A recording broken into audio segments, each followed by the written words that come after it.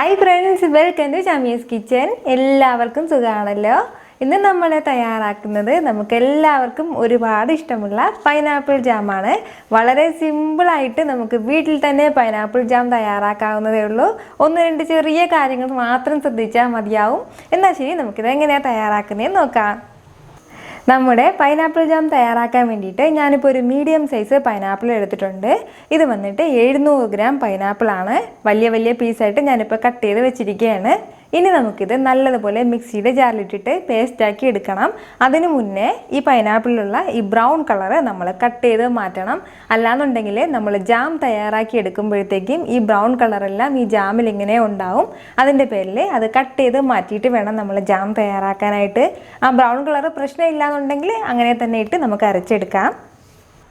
നമ്മുടെ പൈനാപ്പിളിൻ്റെ brown സൈഡെല്ലാം cut ചെയ്ത് കളഞ്ഞ ശേഷം ഞാനിപ്പോൾ മിക്സിയുടെ ജാറിലേക്ക് ഇത് മാറ്റിയിട്ടുണ്ട്.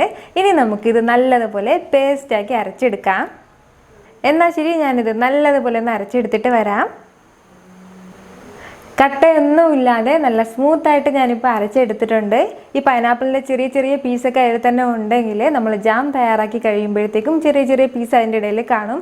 അപ്പോൾ അതില്ലാതെ വേണം നമ്മൾ അരച്ചിട്ട് എടുക്കാൻ വേണ്ടിയിട്ട്. നല്ല സ്മൂത്തായിട്ടുള്ള ജാം വേണമെങ്കിൽ മാത്രം ആ കട്ടയൊന്നും ഇല്ലാതെ വേണം നമ്മൾ അരച്ചെടുക്കാനായിട്ട്. എന്നാൽ ശരി, നമുക്കിനി ജാം തയ്യാറാക്കി തുടങ്ങാം. പാനിലേക്ക് ഇനി നമ്മുടെ പൈനാപ്പിൾ പേസ്റ്റ് ഒഴിച്ചു കൊടുക്കാം. ഒരു മീഡിയം ഫ്ലെയിമിൽ വെച്ചിട്ട് നമ്മളിത് നല്ലതുപോലെ ഒന്ന് തിളപ്പിച്ചെടുക്കണം. നമ്മളൊരല്പം പോലും വെള്ളം ചേർക്കാതെയാണ് ഇപ്പോൾ ഇത് നല്ലതുപോലെ പേസ്റ്റാക്കി എടുത്തിട്ടുള്ളത്. നമ്മുടെ ജാം തയ്യാറാക്കണമെന്ന് പറയുന്നത് വളരെ ഈസി ആയിട്ടുള്ള കാര്യമാണ്. പെട്ടെന്ന് തന്നെ വീട്ടിൽ തന്നെ നമുക്കിത് തയ്യാറാക്കാവുന്നതേ ഉള്ളൂ. ഇതിനി നല്ലതുപോലെ ഒന്ന് തിളച്ചിട്ട് വരണം. ഒരു മീഡിയം ഫ്ലെയിമിൽ നമ്മളിത് വെച്ചിരുന്നാൽ മതിയാവും. കൈ എടുക്കാതെ നമ്മളിത് ഇളക്കി കൊടുത്തുകൊണ്ടേ ഇരിക്കണം. അല്ലാന്നുണ്ടെങ്കിൽ അത് അടുക്കി പിടിക്കും. അടുക്കി പിടിക്കുകയാണെന്നുണ്ടെങ്കിൽ അതിൻ്റെ കളറ് മാറിപ്പോവും. അതിൻ്റെ പേരിലാണ്. നമ്മുടെ പൈനാപ്പിൾ പേസ്റ്റ് ഇപ്പം നല്ലതുപോലെ തിളച്ചിട്ട് വരണുണ്ട്. ഇനി നമുക്കിതിലേക്ക് ഷുഗർ ചേർത്ത് കൊടുക്കാം. ഞാനിപ്പോൾ 200 ഗ്രാം ഷുഗർ എടുത്തിട്ടുണ്ട്. 1 കപ്പ് ഷുഗറാണ്. അപ്പോൾ അത് ചേർക്കാം. ഷുഗർ ചേർക്കുമ്പോഴത്തേക്കും ഇത് വീണ്ടും ഒന്നുകൂടി നല്ലതുപോലെ മെൽറ്റായിട്ട് കുറച്ചുകൂടി ലൂസായിട്ട് വരും.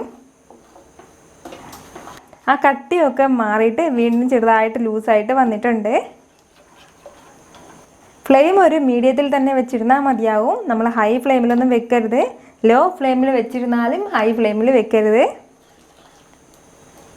മധുരം ഒരല്പം കൂടി വേണമെന്നുണ്ടെങ്കിൽ നമുക്ക് ചേർക്കാം.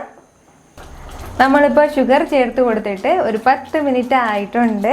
ഇതിപ്പോൾ നല്ലതുപോലെ സ്മൂത്തായിട്ട് ഇരിപ്പുണ്ട്. നമ്മൾ നല്ല കട്ടയൊന്നും ഇല്ലാതെ അരച്ചെടുത്തതിൻ്റെ പേരിലാണ് ഇങ്ങനെ ഇരിക്കുന്നത്. ഇതുപോലെ വളരെ സിമ്പിളായിട്ട് നമുക്ക് വീട്ടിൽ തന്നെ ജാമെല്ലാം തയ്യാറാക്കാവുന്നതേ ഉള്ളൂ. ഇതുപോലെ തന്നെയാണ് നമ്മളിപ്പോൾ ആപ്പിൾ ജാം തയ്യാറാക്കുന്നതെങ്കിലും ഇതുപോലെ ഇതേ സെയിം മെത്തേഡിൽ തന്നെയാണ് തയ്യാറാക്കേണ്ടത്. ഇതിപ്പോൾ വീണ്ടും ഒരു 5 മിനിറ്റ് കഴിഞ്ഞിട്ടുണ്ട്. നമ്മുടെ ജാം ഇപ്പോൾ നല്ലതുപോലെ വീണ്ടും കുറച്ചുകൂടി തിക്കായിട്ട് വന്നിട്ടുണ്ട്. നമ്മളിപ്പോൾ ഇതിൽ ഷുഗർ ചേർക്കുന്ന അളവ് എങ്ങനെയാണെന്ന് വെച്ചാൽ, നമ്മൾ പൈനാപ്പിൾ പേസ്റ്റ് മിക്സിയിൽ നല്ലതുപോലെ അരച്ചെടുത്തതിന് ശേഷം ഒരു ബൗളിൽ നമ്മളതൊന്ന് അളന്നെടുക്കണം. ഒരു ബൗൾ ഫുള്ളായിട്ടോ അല്ലെങ്കിൽ ഒരു കപ്പ് നിറയെ ഉണ്ടെങ്കിൽ ആ കപ്പിൻ്റെ 2 ഇരട്ടി വേണം നമ്മൾ ഷുഗർ ചേർക്കാനായിട്ട്. ഇപ്പോൾ 1 കപ്പ് പൈനാപ്പിൾ ജ്യൂസാണ് നമുക്ക് കിട്ടിയതെങ്കിൽ അതിൻ്റെ 2 കപ്പ് ഷുഗർ വേണം നമ്മൾ ചേർക്കാനായിട്ട്. എങ്കിൽ നല്ല മധുരം ഉണ്ടാവും. അതല്ലാന്നുണ്ടെങ്കിൽ 1.5 കപ്പ് ചേർത്താലും മതിയാവും. നമ്മുടെ പൈനാപ്പിൾ ജാം ഇത് ഈ ഒരു കൺസിസ്റ്റൻസിയിൽ വരുമ്പോഴത്തേക്കും ഇനി ഇതിലേക്ക് നമുക്ക് ഒരു ചെറിയൊരു പീസ് കറുവാപ്പട്ട കൂടി ചേർത്ത് കൊടുക്കാം. ഈ കറുവാപ്പട്ട ചേർക്കുമ്പോഴത്തേക്കും നമ്മുടെ ജാമിന് ഒരു പ്രത്യേക മണവും ടേസ്റ്റും ആയിരിക്കും. അപ്പോൾ നമ്മൾ ആപ്പിൾ ജാം തയ്യാറാക്കുമ്പോഴും ഇതുപോലെ തന്നെ ഒരു ചെറിയൊരു പീസ് കറുവാപ്പട്ട ചേർത്തിട്ട് വേണം നമ്മൾ ഉണ്ടാക്കുകയാണെന്നുണ്ടെങ്കിൽ നല്ല ടേസ്റ്റി ആയിട്ട് കിട്ടും. നമുക്ക് ജാം ഉണ്ടാക്കി കഴിഞ്ഞതിന് ശേഷം ആ കറുവാപ്പട്ട എടുത്ത് കളഞ്ഞാൽ മാത്രം മതി. ഇനി നമുക്ക് ഇതിലേക്ക് 1 ടീസ്പൂൺ അളവിൽ ലെമൺ ജ്യൂസ് ചേർത്ത് കൊടുക്കാം. നമ്മൾ ഈ ലെമൺ ജ്യൂസ് ചേർത്ത് കൊടുക്കുന്നത് എന്തിനാണെന്ന് വെച്ചാൽ, നമ്മൾ ഏത് കൺസിസ്റ്റൻസിയിലാണോ ജാം തയ്യാറാക്കി എടുക്കുന്നത് അതുപോലെ തന്നെ ഇരിക്കാനാണ്. ലെമൺ ജ്യൂസ് ചേർത്തില്ല എന്നുണ്ടെങ്കിൽ ജാം തണുത്തതിന് ശേഷം കുറച്ചുകൂടി തിക്കായിട്ട് പോവും. അപ്പോൾ അങ്ങനെ വരാതിരിക്കാനാണ് ലെമൺ ജ്യൂസ് ചേർക്കുന്നത്. അപ്പോൾ ഏത് ജാം തയ്യാറാക്കുമ്പോഴും 1 ടീസ്പൂൺ അളവിൽ ലെമൺ ജ്യൂസ് കൂടി നിങ്ങൾ ചേർത്ത് കൊടുക്കണം. വീണ്ടും ഒരു 5 മിനിറ്റ് കൂടി ആയിട്ടുണ്ട്. നമ്മുടെ ജാം ഇപ്പോൾ നല്ലതുപോലെ റെഡി ആയിട്ട് വന്നിട്ടുണ്ട്. ഈ ഒരു കൺസിസ്റ്റൻസിയിൽ വേണം നമ്മുടെ ജാം ഇരിക്കാൻ വേണ്ടിയിട്ട്. ഇതിപ്പോൾ നല്ല തിക്കായിട്ടാണ് ഞാനിപ്പോൾ ജാം തയ്യാറാക്കി എടുത്തിരിക്കുന്നത്. നമ്മൾ എത്രത്തോളം തിക്കായിട്ട് ഉണ്ടാക്കിയെടുക്കുമോ അത്രയും ദിവസം കൂടുതൽ നമുക്ക് കേടാകാതെ സൂക്ഷിക്കാൻ പറ്റും. അപ്പോൾ കുറച്ചുകൂടി വാട്ടറിയായിട്ട് നമ്മൾ എടുക്കുകയാണെന്നുണ്ടെങ്കിൽ കുറച്ച് നേരത്തെ തന്നെ അത് കേടായി തുടങ്ങും.